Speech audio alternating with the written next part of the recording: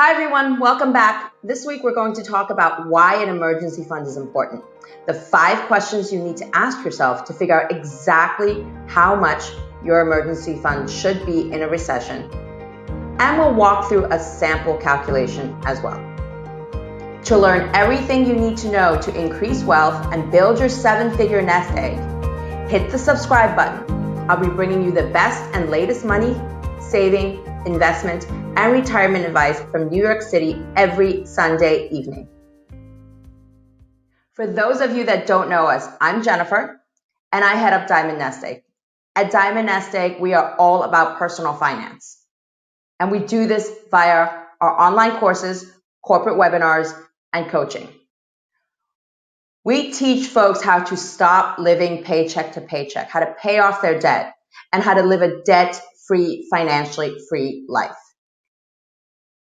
So what is an emergency fund and why is it important? An emergency fund is simply money that you set aside to cover situations that you haven't planned for, such as a job loss, car repair, medical emergency, or when the world shuts down overnight. These surprises can be both stressful and costly, and knowing that you've got these covered will help relieve so much anxiety in your life. Nearly 4 out of 5 Americans live paycheck to paycheck, which means all they need is one small tiny thing to go wrong, one emergency, one accident, one extra bill to drive them completely over the edge towards more debt and down this continuous loop of financial disaster. More debt, more interest, more debt. You get the picture on this one. An emergency fund helps protect you from getting into this financial loop of disaster, this debt and interest cycle. Having an emergency fund means you don't have to depend on credit cards and borrowing when something goes wrong, because you can dip into your emergency fund to pay for these unexpected costs. The last thing you need in such times of stress is the added worry of piling on more debt and not knowing how and when you'll pay that debt off. Having an emergency fund is the absolute first step in getting your finances in order and stopping the paycheck to paycheck cycle. The more you depend on your credit card, the more your debt will pile up, and the more interest you'll have to pay to the banks each month, which means you'll have less money for you. And that's why every financial journey with us starts out with saving for your emergency fund if you don't have one already. I'd love to know from all of you that are watching whether you have an emergency fund. Drop us a comment in the box. And if you want, tell us how much you have in there. So there's no denying that we're in a recession. As of August 2020, which is the most current numbers we have as of this taping, the unemployment rate was estimated between 8.4% and 11.1%. If you assume it's the lower end at 8.4%, that's still roughly 5% higher than the unemployment rate in 2019. And if you assume the higher end at 11.1%, that puts us at the worst unemployment rate post-World War II. Most financial experts and CEOs of companies like Delta and JP Morgan, they predict it will take us several years to get out of our current economic slump. And with market and business uncertainty comes job uncertainty. So your emergency fund should be even larger than usual in case you lose your job or your partner loses their job or your hours are cut. For those of you without an emergency fund, take a look at this video here. 5 money habits that are making you poor. Changing these bad money habits will free up money for you to kickstart your emergency fund right away, in fact. And for those of you with an emergency fund, in normal times, we recommend that our clients have a 3 to 6 month emergency fund. Now, with the recession, our recommendation is 6 to 12 months. So before you start collapsing, why so much? Because during the last recession, which lasted 18 months, It took most people 6 months to find a job, which means for some of them it took even longer. So your emergency fund should be enough to cover you for at least the minimum 6-month period that you will need to find a job in case you lose it. Now, here are the 5 yes/no questions you should ask yourself to determine whether your emergency fund should be closer to 6 months or 12 months. And remember, just jot down yes or no. The first question is anyone else dependent on your income? For example, do you have children? Is your partner currently unemployed? And are they relying on your income? Do you support mom or dad financially? The second question is, does someone in your home have a chronic medical condition that you are responsible for paying for? The third question, do you have large fixed payments like a mortgage, tuition, car loan, or student debt? We're almost there. So here's the fourth question. Do you work in an industry where it's difficult or takes a long time to find another job? And finally, my favorite question to ask people, if there was a brand new, upside down, first of its kind roller coaster water slide ride, wow, that was a mouthful. Anyway, if there was one of those at your favorite amusement park, would you be one of the last people to test it out?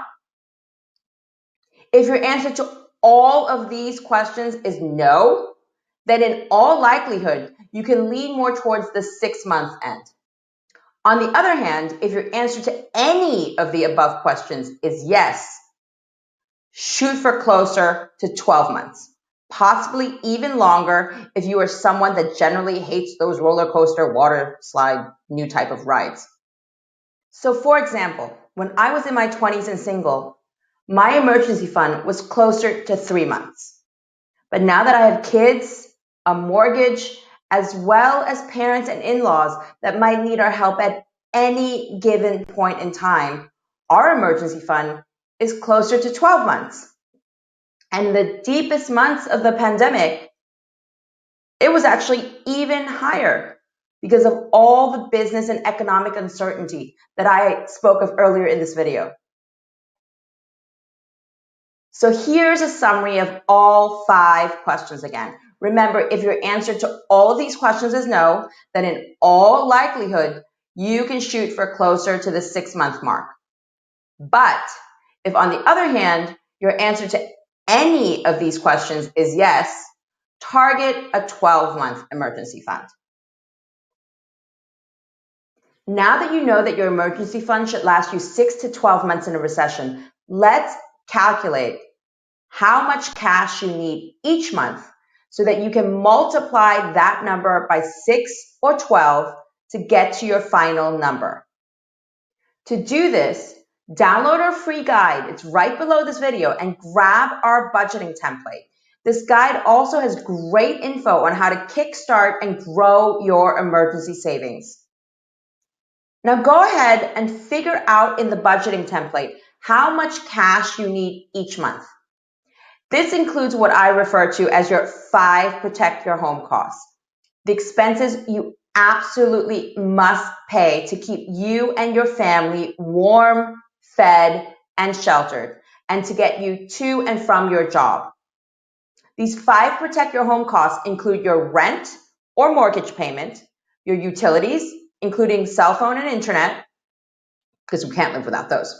Transportation is the third one, and then basic food and clothing. If you have insurance payments, throw them in there as well. What this does not include are things such as travel, dining out, entertainment, designer shoes, and streaming services. These are all expenses you would normally forgo in an emergency situation. So once you have your monthly protect your home costs, multiply this number by either 6 months or 12 months. And voila, that's exactly how much you should have in your emergency fund in a recession. And remember, these numbers are guidelines. If you want, you can also have a 7-month or a 9-month or a 10-month emergency fund. It's really up to your comfort level and your risk tolerance.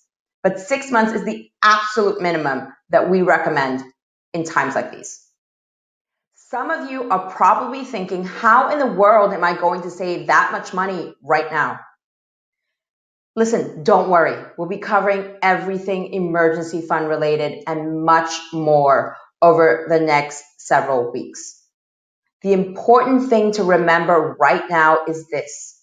If you do not have an emergency fund, you need to start building it now, right after this video is over. Start putting away just $25 or $50 a week. Anything is better than nothing. And if you already have an emergency fund, but it's not quite where you want it, increase your weekly or bi-weekly contributions. Start with $25 or $50 or $100, whatever works for you. And keep increasing from there until you have 6 to 12 months worth of emergency fund savings, or whatever the target is that you are aiming for. If you enjoyed this video, give us a thumbs up and hit the subscribe button. You'll be notified immediately when we post our brand new video next week on how to start saving more money every month, even in a recession. In the meantime, check out our last video on the 5 money habits that are keeping you poor, so you know what not to do with your money and how to keep more of it in your own pocket. So until next week, folks, and have a great week.